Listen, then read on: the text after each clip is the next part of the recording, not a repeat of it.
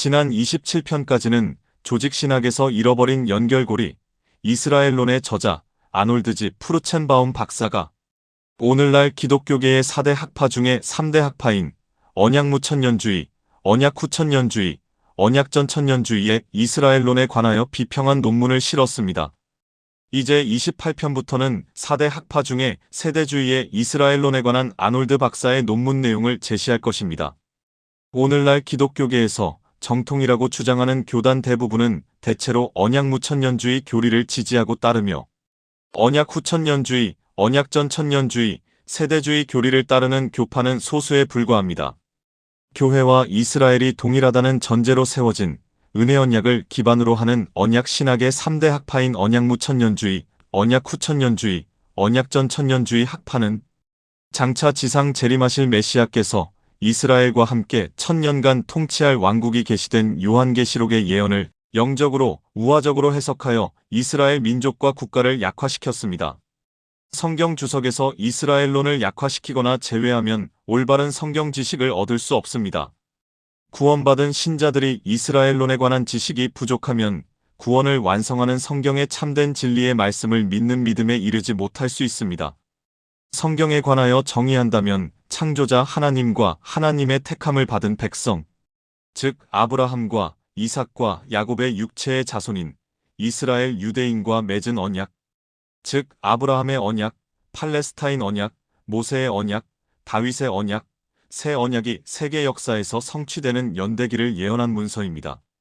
새 언약은 하나님께서 아브라함과 맺은 약속들이 점진적으로 이스라엘의 유대인, 그리고 이방인에게까지 확대된 언약입니다. 우리는 지금 새 언약의 성취가 임박한 시대, 즉 천년왕국 예언의 성취가 임박한 시대를 살고 있습니다. 아놀드 박사는 세대주의의 이스라엘론에서 아브라함의 언약이 팔레스타인 언약, 모세의 언약, 다윗의 언약, 새 언약으로 점진적으로 확대되고 성취되는 과정의 연대기를 보여줍니다. 특히 택함을 받은 유대인의 독특함을 보여줍니다. 그리고 새 언약에서 교회를 구성하는 신자들, 즉 영적인 축복을 받아 구원받은 이방인 신자와 영적 이스라엘, 갈라디아서 6장 16절이라고 하는 구원받은 유대인 신자를 모두 동일시하지 않고 명확하게 구별합니다. 1948년 5월 14일, 약 2000년 전 로마 제국에 의해 멸망한 이스라엘이 약속의 땅, 팔레스타인에서 국가를 재건한 것은 결코 역사의 우연이 아닙니다.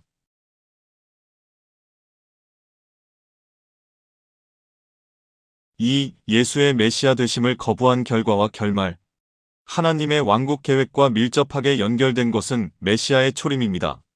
침례인 요한, 마태복음 3장 1에서 2절과 예수, 마태복음 4장 17절 두 분 모두 다 천국이 가까이에 왔다고 선포하셨습니다. 요한도 예수도 이 사건을 기록한 특정한 복음서 작가들도 이 천국의 본질을 정의하려고 하지 않았는데 사람들은 그 말씀이 무엇을 의미하는지 분명히 이해하기를 기대했습니다. 유대인 청중들은 구약 성경에 대한 일반적인 지식과 메시아의 왕국의 본질을 이해하고 있었기 때문에 그럴만했습니다. 심지어 온갖 교파의 언약신학자들도 1세기에 이스라엘에서 일반적으로 유대인이 이해하고 있던 왕국은 예루살렘을 중심으로 메시아께서 통치하시는 문자 그대로의 지상 왕국이었다는 사실을 인정했습니다. 이러한 개념의 명확한 근거는 구약 성경 예언서를 문자 그대로 이해한 것이었습니다. 요한이나 예수가 언약 전천년주의자들을 포함한 모든 언약신학자가 주장하는 것처럼 완전히 다른 의미라면 왜 처음부터 그러한 구별을 설명하지 않았는가? 설명하지 않았다는 바로 그 사실 자체가 유대인이 다가오는 왕국을 일반적으로 정확하게 이해하고 있었다는 것을 보여줍니다. 마태복음 3장에는 갑자기 주의 길을 예비하는 침례인 요한이 무대에 등장합니다. 요한의 메시지는 회개하라, 천국 또는 하늘의 왕국이 가까이 왔다 라는 것이었습니다. 여기서 왕국이라는 말은 무엇을 의미할까요? 분명히 사람의 마음속에 있는 영적 왕국일 리가 없습니다. 영적 왕국은 항상 존재했었습니다. 시편 37편 31조를 참조. 분명히 유대인들이 지상 왕국을 기대했을 때 요한이 그 용어의 의미가 무엇인지 설명하지 않았다는 사실은 같은 형태의 왕국을 기대했었다는 것을 암시했을 것입니다. 하지만 온 이스라엘은 다가오는 시대에 참여한다 라고 일반적으로 유대인이 정확하게 이해하고 있어서 요한과 예수 두 분 모두 의를 위해 회개하는 것이 왕국에 들어가는 수단이라고 선포하셨습니다. 더 나아가서 당대의 메시아의 왕국이 세워지려면 메시아 예수를 이스라엘의 왕으로 받아들여야 했습니다. 마태복음 9장 35절에서 그리스도께서 선포하신 왕국 복음은 4장 23절에서 전파하신 왕국 복음과 동일해야 합니다. 왕국이 가까이 왔고 회개를 통해 자유를 얻을 수 있다는 기쁜 소식이었습니다. 왕국은 두 가지 의미에서 가까이 있었습니다. 첫째, 메시아가 이 땅에 오셨고, 둘째, 왕국의 도래는 이스라엘의 메시아에 대한 반응에 달려 있었습니다. 메시아가 거부되었을 때 왕국 계획에 중요한 변화가 일어났습니다. 투생은 세대주의적 관점을 아주 잘 설명했습니다. 세대주의 해석학파는 종종 이스라엘에 대한 왕국의 제한을 언급한다. 이것은 이스라엘이 예수를 메시아로 받아들임에 따라 1세기에 이스라엘의 왕국이 임하는 우발적인 사건을 의미한다. 이 개념은 신약 성경에서 분명히 발견된다. 예를 들어 베드로는 메시아의 오심이 이스라엘의 회개에 달려 있다고 공개적으로 말한다. 사도행전 3장 19에서 21절. 주께서는 이스라엘이 회개했다면 침례인 요한이 말라키 4장 5에서 6절의 엘리야 예언의 성취가 될 수 있었다고 말씀하셨다. 마태복음 11장 14절. 하지만 세대주의자들은 용어를 명확히 하고자 한다. 신약 성경은 유대인의 반응을 전제로 왕국 도래의 우발성을 가르친다. 그러나 모든 이스라엘 사람은 왕국이 오기를 원했다. 그리스도께서 이스라엘의 왕국을 제시하셨다고 말하는 것은 사실이지만 유대인들이 왕국이 오기를 원하지 않았다는 인상을 남긴다. 예수께서 본인이 이스라엘의 메시아로 자신을 제물로 바쳤고 왕국의 도래는 유대인들이 메시아를 받아들이거나 거부하는데 달려있다고 말하는 것이 훨씬 더 나을 것이다. 왕은 거부되었고 그와 함께 메시아의 왕국도 거부되었습니다. 이스라엘론에서 매우 중요한 이 점을 확장할 필요가 있습니다. A인 마태복음 12장 22에서 25절. 마태복음의 배치에서 그리스도는 4장에서 사역을 시작하셨습니다. 4장부터 12장까지 예수님은 이스라엘 전역을 두루 다니시며 자신의 메시아 되심을 선포하시며 왕국 복음을 전파하셨습니다. 예수님은 많은 기적을 행하셨고 4장과 12장 사이에 행하신 모든 기적의 목적은 이스라엘의 자신이 인자인 것, 메시아라는 사실과 메시지 왕국 복음 DMF 증명하기 위한 표적이었습니다. 이스라엘이 예수님을 받아들였다면 구약 성경의 선지자들이 꿈꾸던 메시아의 왕국을 세우셨을 것입니다. 이러한 기적들은 이스라엘 민족이 예수에 관하여 결정을 내리도록 하는 증표로 작용했습니다. 하지만 예수께서 행하신 기적의 목적과 사역 전체가 12장에서 급격한 변화를 겪었습니다. 마태복음 12장 22에서 제37절에서 예수의 메시아 되심을 거부하는 일이 일어났습니다. 예수님이 행하신 많은 기적 가운데 귀신을 쫓아내는 기적이 있었는데 22절에 보면 벙어리 귀신을 쫓아내셨습니다. 이로 인해 사람들은 예수님이 정말로 메시아란 말인가? 23절 라는 질문을 하게 됩니다. 이것이 이 기적의 중요한 목적 중에 하나였고 예수님이 다윗의 자손이라는 것을 알게 하는 것이었습니다. 하지만 사람들은 스스로 결정을 내리지 않고 종교 지도자인 바리새인들이 판결을 내려주기를 바라고 있었습니다. 바리새인들이 그분이 메시아인지 아닌지 결론을 내리기를 기다리고 있었습니다. 바리새인들에게 선택권은 예수를 메시아로 받아들일 것인지 아니면 거부할 것인지 단 두 가지밖에 없었습니다. 만약에 바리새인들이 예수님이 메시아가 아니라고 결론을 내리려면 또한 어떻게 그토록 많은 독특한 기적을 행할 수 있었는지 설명할 수 있어야 했습니다. 24절에서 바리새인들은 선택했습니다. 바리새인들은 예수를 메시아로 받아들이기를 거부했습니다. 그 이유는 예수님이 바리새인들이 생각하는 메시아의 말과 행동에 맞지 않았기 때문입니다. 누가복음 7장 30에서 35절. 바리새인은 예수님이 어떻게 기적을 행할 수 있었는지 설명했는데 예수는 귀신 들렸으며 보통 귀신이 아니라 마귀의 통치자 비엘세붑에게 사로잡혔다고 선언한 것이었습니다. 이 이름은 히브리어 두 단어가 결합된 파리의 군주라는 의미입니다. 이것이 그때 예수의 메시아 되심을 거부한 근거가 되었습니다. 귀신 들렸다는 이유로 메시아가 아니라는 것입니다. 25에서 29절에서 예수님은 대답하셨는데 이것은 사탄의 왕국의 내분이 일어나 갈라섰다는 것을 의미하기 때문에 사실이 아니라고 말씀하셨습니다. 25에서 26절. 바리새인들은 오랫동안 악령을 쫓아내는 은사는 성령의 은사라고 알고 있었기 때문에 이러한 비난은 그들 바리새파의 신학과 일치하지 않습니다. 27절. 이 기적이 실제로 예수님의 주장과 메시지를 증명하고 있습니다. 28절. 그리고 예수님은 사탄보다 강하며 사탄에게 굴복하지 않는다는 것을 보여줍니다. 29절. 30에서 37절에서 예수님은 그 시대의 유대인 세대에 대한 심판을 선포하셨습니다. 그 세대는 용서받을 수 없는 죄, 즉 성령을 모독하는 죄를 범했습니다. 용서받을 수 없는 죄는 개인의 죄가 아니라 민족의 죄였습니다.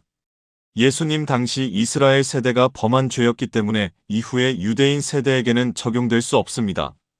용서할 수 없는 죄의 내용과 정의는 이스라엘이 민족적으로 예수의 메시아 되심을 거부했고 그 근거로 마귀에게 육체가 사로잡혔다는 것을 제시한 것이었습니다. 이 죄는 용서받을 수 없었고 심판이 정해졌습니다. 심판은 AD 70년에 임했으며 예루살렘과 성전이 파괴되었고 유대 민족은 전 세계로 흩어졌습니다. 예수님 당시에 그 세대가 범한 민족적 죄였으며 그 세대에게는 용서받을 수 없는 죄였습니다. 이 시점부터 복음서에서 이 세대를 특별히 강조하는 이유는 매우 독특한 죄를 범했기 때문입니다. 이 시점에 메시아께서 제시한 왕국이 철회되었습니다. 용서받을 수 없는 그 죄 때문에 이제 그들 시대에는 메시아의 왕국이 세워지지 않을 것입니다. 용서받을 수 없는 죄에는 4가지 결과가 있습니다. 첫 번째, 이것은 개인의 죄가 아니라 민족적인 죄입니다. 그 세대의 구성원이라도 개인이라도 예수님에 대해 마음을 돌이키고 회개함으로써 용서받을 수 없는 심판을 피할 수 있습니다. 오늘날 어떤 사람도 이 죄를 범할 수 없는 2가지 이유가 있습니다. 첫째, 사람의 죄는 그 죄에서 비롯되지 않았고 둘째, 메시아 예수를 통해 하나님께 나아가는 사람은 모든 죄가 용서되기 때문입니다. 그러나 민족으로서의 민족이 범한 죄는 용서받을 수 없습니다. 두 번째 결과는 메시아께서 오신 그 세대에 국한된 죄였다는 것입니다. 이 시점부터 복음서는 이 세대의 죄에 대해 특별히 강조합니다. 세 번째 결과는 이 죄는 오늘날 어떤 민족도 범할 수 있는 죄가 아닙니다. 메시아께서 이제 어떤 민족과 물리적으로 가시적으로 함께하며 자신이 그 민족의 메시아라고 제시하지 않기 때문입니다. 이것은 메시아와 이스라엘과의 관계에만 해당하는 것이며 다른 민족에는 해당하지 않습니다. 네 번째 결과는 그 세대에 2가지 의미가 있었기 때문에 그 세대가 용서받을 수 없는 죄를 범했다는 것입니다. 첫째, 제시된 왕국은 철회되었고 그 시대에 왕국이 세워지는 것을 볼 수 없게 되었습니다. 대신에 왕국을 받아들일 후대 유대인 세대, 즉 마태복음 24장과 25장에서 자세히 설명한 대환란의 유대인 세대에게 다시 제시될 것입니다. 둘째, 그 세대가 하나님의 특별한 심판 아래 있었다는 의미이며 예루살렘과 성전이 파괴된 물리적 심판이 AD 70년에 성취되었습니다. 38에서 40절에서는 예수께서 기적에 관한 새로운 수단을 발표하셨습니다. 그때 서기관들과 바리새인들 몇 사람이 대답하여 말씀드리기를 선생님, 우리는 선생님에게서 표적을 보기 원하나이다 하더라. 그러나 주께서 그들에게 대답하여 말씀하시기를 악하고 음란한 세대가 표적을 구하나 선지자 요나의 표적밖에는 줄 표적이 없도다. 요나가 사흘 낮과 사흘 밤을 땅의 심장 속에 있을 것이라 강조를 추가했습니다. 바리새인들은 예수님이 메시아이심을 증명하기에 충분한 일을 하지 않은 것처럼 또 다른 표적을 요구하며 38절 다시 공세를 취하려고 했습니다. 이때까지 수많은 표적을 행하였으나 여전히 메시아를 거부했기 때문에 39절과 40절에서 표적에 관한 실행의 변화가 있습니다. 이제부터 그 민족에게 한 가지 표적을 제외하고는 더 이상 줄 표적이 없을 것입니다. 예수님은 이 사건 이후에도 계속해서 기적을 행하셨지만 기적의 목적이 바뀌었습니다. 예수님의 인격과 민족에 대한 메시지를 인증하여 더 이상 민족이 결정을 내릴 수 있도록 하기 위한 목적이 아니었습니다. 그 결정은 이제 돌이킬 수 없는 것이었습니다. 오히려 예수님이 기적을 행하시는 목적은 유대 민족이 예수의 메시아 되심을 거부한 결과로 수행해야 할 새로운 유형의 사역을 위해 12제자를 훈련하기 위한 것이었습니다. 사도행전에서 사도들이 수행한 사역이 바로 그것입니다. 민족에게 부활의 표적인 요나의 표적 외에는 줄 표적이 없을 것입니다. 세 차례에 걸쳐 이스라엘에 임할 표적입니다. 첫째, 나사로의 부활이고 둘째, 예수 자신의 부활이고 셋째 환란 중 두 증인의 부활입니다. 처음 두 가지는 거부되었지만 세 번째는 받아들여질 것입니다. 41에서 45절에서 예수는 그 세대에 대한 심판에 대해 말씀을 더하시고 결론을 맺으셨습니다. 이 세대라는 표현이 얼마나 자주 강조되는지 주목해야 합니다. 심판 때에 니느웨 사람들이 이 세대와 함께 일어나서 이 세대를 정죄하리니 이는 그들이 요나의 전파로 회개하였기 때문이라. 그러나 보라, 요나보다 더 위대한 이가 여기 있느니라. 심판 때에 남방의 여왕이 이 세대와 함께 일어나서 이 세대를 정죄하리니 이는 그 여인이 솔로몬의 지혜를 들으려고 땅의 맨 끝에서 왔음이라. 그러나 보라, 솔로몬보다 더 위대한 이가 여기 있느니라. 더러운 영이 어떤 사람에게서 나와 물 없는 곳으로 두루 다니면서 쉴 곳을 찾다가 찾지 못하자 그가 말하기를 내가 나왔던 내 집으로 돌아가리라 하고 돌아와 보니 그 집이 비어있고 소재되고 단장되었더라. 그러자 그가 자기보다 더 악한 다른 7영을 데리고 들어가서 거기서 사니 그 사람의 나중 상태가 더 악화되었더라. 이 악한 세대도 그러하리라고 하시더라. 강조를 추가했습니다. 41절에서 예수님은 니느웨와 비교하시며 니느웨가 왜 그 세대에 대한 심판을 받게 될지 설명하셨습니다. 시바 여왕도 마찬가지입니다. 42절. 이 두 구절에 나오는 사람은 모두 이방인이었습니다. 그 사람들은 이스라엘보다 훨씬 적은 계시를 받았어도 심지어 기적이 없이도 응답했지만 그 세대는 그렇지 않았습니다. 43에서 45절에서 심판의 말씀은 그 세대의 마지막 결과가 어떻게 될지 설명하기 위해 악마에 관한 이야기로 결론을 맺습니다. 예수님은 귀신 들린 사람에게서 자기 마음대로 떠난 한 악마의 이야기를 들려주셨습니다. 악마는 거주하며 마음대로 부려먹을 새로운 몸을 찾을 수 없자 원래의 거처로 돌아갔습니다. 깨끗하게 청소되어 단장된 것을 발견했지만 또한 여전히 비어있다는 것도 발견했습니다. 그 사람은 자신의 삶을 성령으로 채울 기회를 가진 적이 없었고 다른 악마도 그 사람에게 들어오지 않았습니다. 악마는 원래 악마에게 사로잡혔던 사람에게 다시 들어가면서 다른 악마 7을 초대해서 데리고 갔습니다. 그 결과 그 사람의 마지막 상태는 처음보다 더 나빠졌습니다. 원래 그 사람은 한 악마에게만 사로잡혀 있었습니다. 악마가 떠난 후에 자신의 삶을 하나님의 영으로 채울 기회가 있었으나 그렇게 하지 못했습니다. 그 사람의 마지막 상태가 더 나빠진 것은 이제 8악마에게 사로잡혔기 때문입니다. 이 이야기의 요점을 자주 놓치는 경우가 많습니다. 그리스도께서는 그 사람에게 해당하는 것이 또한 그 특정한 악한 세대에도 해당한다는 점으로 마무리하셨습니다. 그 세대가 시작되었을 때 침례인 요한의 설교도 시작되었습니다.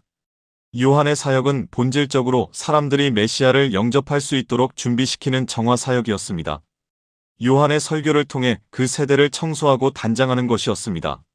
메시아께서 오셨지만 악마에게 사로잡혔다는 이유로 거부했습니다. 청소되고 단장된 그 세대는 이제 예수의 메시아 되심을 거부했기 때문에 텅 빈 채로 남아 있었습니다. 텅 빈 채로 남아 있었기 때문에 그 세대의 마지막 상태는 처음보다 더 나쁠 수밖에 없었습니다. 그 시대가 시작될 당시에 로마의 지배를 받고 있었으며 매년 조공을 바쳐야 했었습니다. 그러함에도 불구하고 국가적 실체가 있었습니다. 공회는 일종의 정부의 형태가 있었습니다. 예루살렘은 헤롯 왕조의 영광을 그대로 간직하고 있었고 성전의 종교적 예배 체계는 그대로 유지되었습니다. 나중에 거부와 심판의 결과로 AD 70년에 이스라엘이라는 국가단체는 더 이상 존재하지 않게 되었습니다. 속박 대신에 로마 군대는 이스라엘 민족을 흩어버렸습니다. 유대교의 중심인 성전은 돌 위에 돌 하나 남아있지 않을 정도로 파괴되었습니다. 결국 유대인들은 전 세계로 흩어졌습니다. 실제로 그 세대의 마지막 상태는 처음보다 더 나빠졌습니다. 유대인들은 속박에서 전 세계로 흩어졌습니다. 마태복음 12장 사건 이후에도 바리새인들이 그리스도에게 인격과 메시지를 입증할 표적을 요구했습니다. 마태복음 16장 1에서 4절. 그러나 그리스도께서는 더 이상 표적을 보여주지 않으시고 부활의 징표인 요나의 표적만 약속하셨습니다. 요한복음 11장 1에서 57절. 요한복음 11장 1에서 44절에 기록된 나사로의 부활은 요나의 첫 번째 징표를 나타낸 것입니다. 예수께서는 다른 사람들도 죽음에서 일으키셨지만 다른 모든 부활은 단 몇 구절로 다루고 있습니다. 여기서 요한을 나사로의 부활에 대해 44구절을 사용하여 매우 자세하게 설명합니다. 왜 그러할까요? 이것은 예수께서 약속하신 요나의 징표이기 때문입니다. 42절에서 예수님은 나사로가 누구를 위해 일어났는지, 다시 말해서 유대인 무리를 위해 일어났다는 것을 분명히 하셨습니다. 아버지께서 항상 내게 들으시는 줄 내가 알았나이다. 이제 내가 말한 것은 여기 둘러서 있는 무리 때문이니 그들로 아버지께서 나를 보내신 것을 믿게 하려 함이니이다. 그리고 45에서 46절에 유대인들의 반응이 나옵니다. 그때 마리아에게 왔다가 예수께서 하신 일들을 본 많은 유대인이 주를 믿었으나 그중 몇 사람은 바리새인들에게 가서 예수께서 행하신 일들을 말하더라. 많은 유대인이 요나의 이 첫 번째 표적에 올바르게 반응하여 예수님이 주장했던 분이라는 것을 믿었지만 다른 사람들은 여전히 지도자들이 무슨 말을 하거나 결정하기를 원했기 때문에 예수께서 행하신 일을 바리새인들에게 보고했습니다. 이것이 그리스도께서 유대인 무리에게 약속하신 표적이었기 때문에 47에서 50절과 53절에서 이 일을 제기한 것에 대해 대답하셨습니다. 이에 선임 제사장과 바리새인들이 공회를 소집하고 말하기를 이 사람이 많은 기적을 행하니 우리가 어찌하랴? 만일 우리가 그를 이대로 두면 모든 사람이 그를 믿을 것이요. 그러면 로마인들이 와서 우리 처소와 민족을 다 빼앗아 가리라고 하더라. 그러나 그들 중 한 사람, 즉 그 해의 대제사장인 카야파가 그들에게 말하기를 너희가 아무것도 모르며 또 한 사람이 백성을 위하여 죽어서 온 민족이 멸망치 않는 것이 우리에게 유익한 것을 생각지 못하는도다 라고 하니 그날부터 그들이 그를 죽이려고 함께 모의하더라. 공회는 나사로의 부활로 보여준 요나의 첫 번째 표적에 어떻게 대응할지를 결정하기 위해 함께 모여 마태복음 12장의 원래의 판결에 따라 대응했습니다. 거부 법령을 발표하고 예수를 죽일 기회를 모색했습니다. 예수의 메시아 되심에 대한 거부는 이제 완성되었습니다. 예수의 메시아 되심을 거부하는 것을 넘어 이제 예수를 사형에 처했습니다. 54에서 57절은 공회가 평결한 결과를 보여줍니다. 첫째, 그리스도께서 아직 죽을 때가 이르지 않았기 때문에 잠시 피해 다니셨습니다. 54절. 둘째, 백성들은 여전히 예수의 인격에 대해 의문을 제기했는데 나사로의 부활에 비추어 볼 때 논리적으로 당연한 일이었습니다. 55에서 56절. 셋째, 57절에서 공회의 평결이 대중에게 전달되었습니다. 그때 선임 제사장들과 바리새인들이 명령을 내렸으니 이는 만일 누구든지 주가 어디에 있는 것을 알면 이를 알려서 주를 붙잡게 하려 함이라. 선임 제사장들과 바리새인들은 예수를 죽일 기회를 찾았습니다. 마태복음 12장에서 일어난 예수의 메시아 되심에 대한 거부는 요한복음 11장에서 예수에 대한 사형 선고로 절정에 달했습니다. 요나의 첫 번째 표적인 나사로의 부활을 공회가 공식적으로 거부했습니다. 누가복음 19장 41에서 44절. 누가복음 19장 41에서 44절에서는 예수의 메시아 되심을 거부한 용서받을 수 없는 죄의 본질에 대해 더 자세히 설명하고 있습니다. 이 구절은 문맥상 승리하신 예수께서 예루살렘에 입성하는 장면과 관련이 있습니다. 수많은 유대인이 호산나, 주의 이름으로 오시는 왕은 복이 있다고 외쳤는데 시편 118편 26절의 메시아적 문맥에 근거하여 메시아적 색채가 분명히 드러나는 외침이었습니다. 예수님이 예루살렘에 다가오자 유대인 대중은 예수의 메시아 되심을 선포했습니다. 하지만 유대인 지도자들은 이미 용서받을 수 없는 죄를 범했습니다. 그 세대에는 이미 심판이 내려진 상태였습니다. 용서받을 수 없는 죄였기 때문에 그 심판을 완화할 방법이 없었습니다. 예수님은 자신을 메시아라고 선포하는 군중들에도 불구하고 예루살렘 도성을 향해 심판의 말씀을 선포하셨습니다. 주께서 가까이 오시어 그 도성을 보고 울며 말씀하시기를 적어도 이 너의 날에 너만이라도 너의 화평에 속한 일들을 알았더라면 좋았으련만.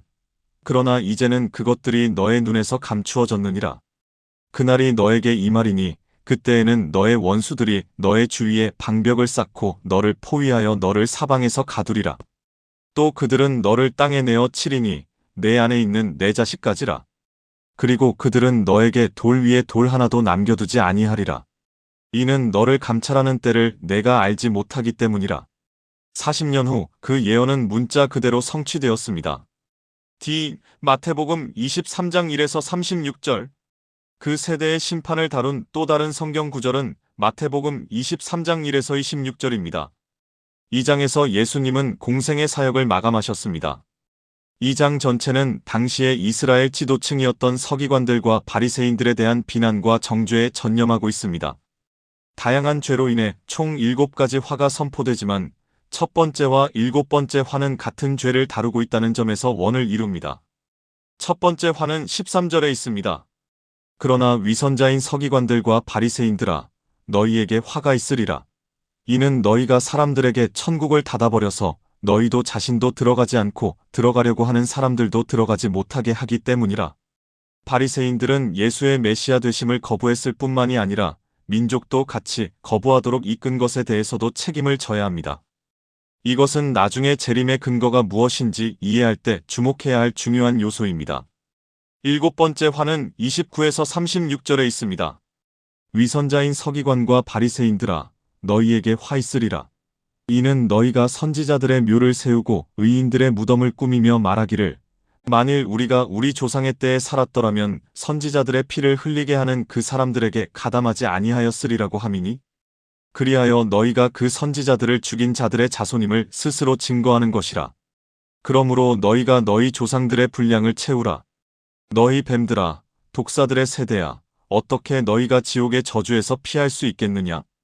보라, 이 때문에 내가 선지자들과 지혜 있는 자들과 서기관들 너희에게 보내노라. 그러면 너희가 그 중에서 더러는 죽이고 십자가에 못 박을 것이며 더러는 너희의 회당에서 채찍질하고 이 성읍에서 저 성읍으로 쫓아다니며 박해하리라. 그리하여 땅에 쏟아진 의로운 모든 피가 너희 위로 돌아오리니 의인 아벨의 피로부터 너희들이 성전과 제단 사이에서 죽인 바라키아의 아들 사카랴의 피까지니라. 진실로 내가 너희에게 말하노니 이 모든 것이 이 세대의 이 말이라. 강조를 추가했습니다. 이 구절들은 그 세대에 대한 엄중한 심판을 강조합니다. 심판은 주로 지도자들에 대한 것이지만 그 지도자들이 예수의 메시아 되심을 거부하는데 앞장섰던 민족에 대한 심판이기도 합니다. 예수께서 아벨의 피로부터 스가랴의 피까지 라고 말씀하셨을 때 예수의 메시아 되심을 거부한 것에 대한 책임을 져야 할 뿐만 아니라 구약 성경의 모든 선지자의 피에 대한 책임도 져야 한다고 말씀하셨습니다. 예수께서 사용하신 유대인 구약 성경의 순서에 따르면 성경의 첫 번째 책은 아벨이 언급된 창세기입니다. 마지막 책은 스가랴가 언급된 역대기야입니다. 예수님은 창세기부터 역대기야까지 모든 피가 죄라고 선언하셨습니다. 이는 오늘날 사람들이 창세기부터 계시록까지를 가리키는 것처럼 계시된 진리의 전체를 의미하는 비유적 표현입니다. 이것은 36절에서 선언한 대로 그 세대만의 독특한 것입니다. 진실로 내가 너희에게 말하노니 모든 것이 이 세대의 이 말이라. 용서받을 수 없는 죄에 대한 심판입니다. 요점은 다음과 같습니다. 유대인 지도자들이 예수의 메시아 되심을 거부했고 유대인 지도자들은 민족이 예수의 메시아 되심을 거부하도록 이끌었습니다. 이것은 이스라엘의 미래와 재림의 근거에 대한 문제에 영향을 미칠 것입니다. 2인 요나의 두 번째 표적. 위의 말씀이 선포된 지 며칠 후에 예수님의 부활에서 요나의 두 번째 표적이 제시되었습니다. 사도행전의 처음 7장은 요나의 이 두 번째 표적을 거부했습니다. 사도행전 7장에서 공회가 스테판에게 돌을 던진 것은 요나의 두 번째 표적을 공식적으로 거부한 것을 의미합니다. 그 때문에 8장에 이르러서야 비로소 복음이 비유대인 세계에 처음으로 전파됩니다. F. 거부한 결과와 결말. 예수님이 거부당했을 때 제시된 메시아의 왕국은 철회되었고 신비왕국으로 대체되었습니다. 언약신학자들이 자주 조롱하는 것이 바로 이 개념이며 세대주의는 십자가를 최소화하고 하나님의 계획에서 나중에 고려한다는 주장의 근거가 됩니다. 이것은 진실과는 거리가 멉니다. 세대주의는 그리스도의 죽음이 속죄를 위해 절대적으로 필요했기 때문에 필연적이라고 확고하게 믿고 있습니다. 이스라엘이 그리스도를 영접했다고 하더라도 그리스도는 죽어야 했었습니다. 이스라엘은 예수를 왕으로 선포했을 것이고 로마 당국은 이를 카이사르에 대한 반역으로 간주했을 것입니다. 예수님은 어쨌든 그 당시에 로마에 대한 반역죄로 체포되어 재판을 받았고 십자가에 못 박혔다는 것은 사실이었습니다. 사흘 뒤 부활한 후 예수는 로마를 몰아내고 메시아의 왕국을 세웠을 것입니다. 예수님의 죽음은 이스라엘이 무슨 짓을 했든 상관없이 일어났을 것입니다. 하지만 구약 성경의 예언에 따르면 이스라엘이 예수의 메시아 되심을 거부할 것이라는 점은 이미 알려진 사실입니다. 명확한 사실은 제시되지 않은 것을 거부할 수 없었다는 것입니다. 그리고 많은 유대인이 예수를 메시아로 받아들이고 마음속에 하나님의 통치가 있었기 때문에 제공된 것은 레드의 영적 왕국 이상이어야 했습니다. 영적 왕국은 민족이 아닌 개인에게 제시되었고 개인이 믿음을 통해 받게 됩니다. 민족에게 제시된 왕국은 가시적이지 않은 영적 왕국보다는 훨씬 더 가시적인 왕국이어야 했었습니다. 제시된 것은 메시아의 왕국이었습니다. 하나님의 계획에서 예수의 메시아 되심을 거부함으로써 메시아의 죽음이 이루어졌다는 것입니다. 모든 훌륭한 칼뱅주의자들이 그리고 모든 언약신학자는 칼뱅주의자입니다. 알아야 하듯이 하나님은 목적과 수단을 모두 정하십니다. 마태복음 12장에서 거부된 이후 용서받을 수 없는 죄의 본질 때문에 예수님의 사역은 4가지 영역에서 급격하게 변화했습니다. 첫 번째 변화는 예수님이 기적을 행하시는 목적이 더 이상 이스라엘의 메시아 되심을 나타내는 징표가 아니라 사도행전에서 사도들의 사역을 위해 훈련시키기 위한 목적이었다는 점입니다. 마태복음 16장 1에서 4절. 두 번째 변화는 예수께서 이러한 기적을 행하신 대상에 관한 것이었습니다. 마태복음 12장의 사건까지 예수님은 대중에게 먼저 믿음을 가지라고 요구하지 않으시고 유익을 주기 위해 기적을 행하셨습니다. 마태복음 12장 이후 예수님은 개인의 필요에 따라 기적을 행하시면서 먼저 믿음을 가지라고 요구하기 시작하셨습니다. 또한 마태복음 12장 이전에는 예수님이 치유해 준 사람들은 무슨 일이 일어났는지 자유롭게 선포할 수 있었지만 마태복음 12장 이후 사람들에게 치유받은 것에 관하여 발설하지 말고 아무에게도 말하지 말라고 당부하기 시작하셨습니다. 마가복음 7장 36절, 누가복음 8장 56절 등. 세 번째 변화는 예수님과 사도들이 이제 선포할 메시지에 관한 것입니다. 마태복음 12장까지 예수와 사도들은 이스라엘 땅을 두루다니며 예수의 메시아 되심을 선포했습니다. 마태복음 10장에서 사도들은 바로 그 일을 하기 위해 2명씩 파송되었습니다. 마태복음 12장 이후에 사도들은 또한 발설하지 말라는 새로운 방침도 지시받았고 예수가 메시아라는 사실을 누구에게도 말하지 않았습니다. 마태복음 16장에서 주는 그리스도, 메시아, 곧 살아계신 하나님의 아들이시니이다 라는 유명한 고백을 한 베드로에게 예수님은 자기가 메시아라는 사실을 아무에게도 말하지 말라고 명령하셨습니다. 마태복음 16장 20절. 사도들은 지상 대위임령 마태복음 28장 18에서 20절으로 이 명령이 철회될 때까지 입 밖으로 말을 내지 말라는 방침을 따라야 했었습니다. 마태복음 17장 9절. 네 번째 변화는 예수님의 가르침 방식에 관한 것이었습니다. 마태복음 12장까지는 예수님이 대중을 가르치실 때마다 이해할 수 있고 실제로 이해할 수 있었던 용어로 가르치셨습니다. 한 가지 예로 마태복음 5장에서 7장에 나오는 산상설교를 들 수 있습니다. 마태는 마지막에 사람들이 예수님의 말씀을 이해했을 뿐만이 아니라 서기관이나 바리새인과는 다른 점을 지적합니다. 마태복음 13장에서 예수께서는 새로운 방식, 즉 비유적인 방식으로 가르치기 시작하셨는데 그 목적은 대중에게 진실을 숨기려는 것이었습니다. 비유로 가르치는 바로 그 행위는 대중에 대한 심판의 표시였습니다.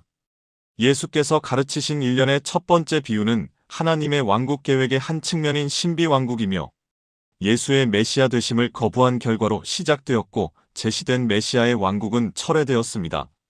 마태복음 13장에서 일어난 일을 명확하게 이해하려면 마태복음 12장과 13장의 관계를 이해해야 합니다.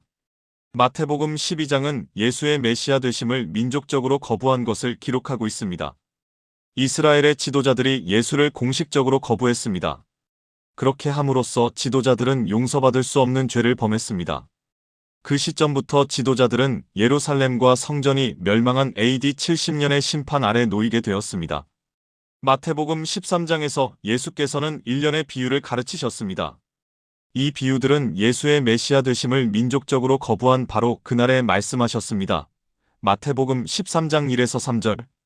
같은 날 예수의 메시아 되심을 거부한 결과로 비유로 가르치는 방법이 시작되었습니다. 마태복음 13장 10에서 18절에는 이러한 비유의 목적이 나와 있습니다. 10절에 다음과 같이 기록되어 있습니다.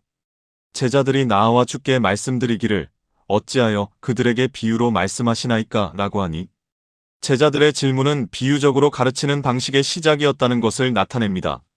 마태복음 12장에서 거부한 결과로 마태복음 13장에서는 예수께서 유대인 대중에게 비유로 가르치기 시작하셨습니다.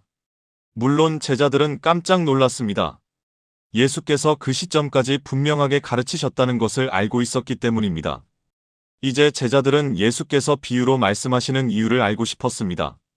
다시 말하지만 질문은 비유적으로 가르치는 방식의 시작이었다는 것을 나타냈습니다. 11에서 14절에서 예수께서 비유로 가르치는 방법에는 세 가지 이유가 있다고 말씀하셨습니다. 주께서 그들에게 대답하여 말씀하시기를 이는 천국의 신비들이 너희에게는 알도록 허락되었으나 그들에게는 허락되지 않았기 때문이니라. 누구든지 가진 사람은 받게 되어 더 풍성히 가질 것이나 누구든지 갖지 못한 사람은 가진 것마저도 빼앗기리라. 그러므로 내가 그들에게 비유로 말하노니 이는 그들이 보아도 보지 못하고 들어도 듣지 못하며 또 깨닫지도 못함이라. 또 이사야의 예언이 그들에게 이루어졌으니 말하기를 너희가 듣기는 들어도 깨닫지 못할 것이요 또 보기는 보아도 알지 못하리라. 예수께서 비유적인 방식으로 가르치시는 세 가지 주요한 이유가 있습니다. 첫째, 비유적인 방식의 가르침은 제자들에게 진리를 설명할 것입니다. 하지만 두 번째 목적은 대중에게 진리를 감추는 것이었습니다. 민족이 메시아이신 예수를 거부했기 때문에 조명했던 것을 거부했습니다. 민족이 조명받았던 것을 거부했기 때문에 더 이상 조명하지 않을 것입니다. 지금까지 했던 대로 이해할 수 있었고 이해했던 용어로 분명하고 명확하게 가르치지 않고 이 시점부터 대중이 이해할 수 없고 이해하지 못할 비유적인 용어로만 가르치셨습니다. 세 번째 이유는 예언을 성취하는 것이었습니다.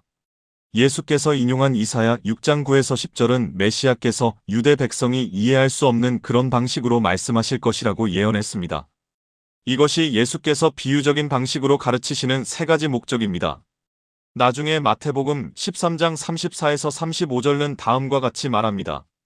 예수께서 이 모든 것을 무리에게 비유로 말씀하셨으며 비유를 들지 않고서는 그들에게 말씀하지 아니하시더라.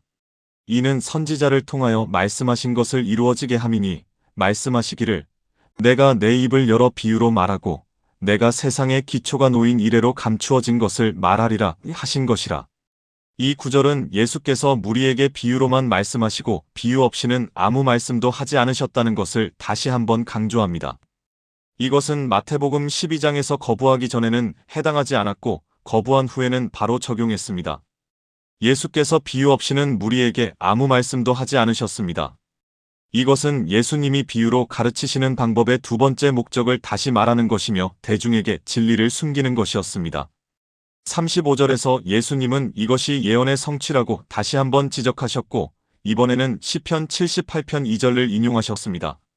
이것은 구약 성경의 예언을 성취하는 비유로 가르치는 방법의 세 번째 목적을 다시 언급했으며 구약 성경의 예언을 성취함으로써 거부되었던 예수님이 바로 메시아였다는 것을 증명했습니다.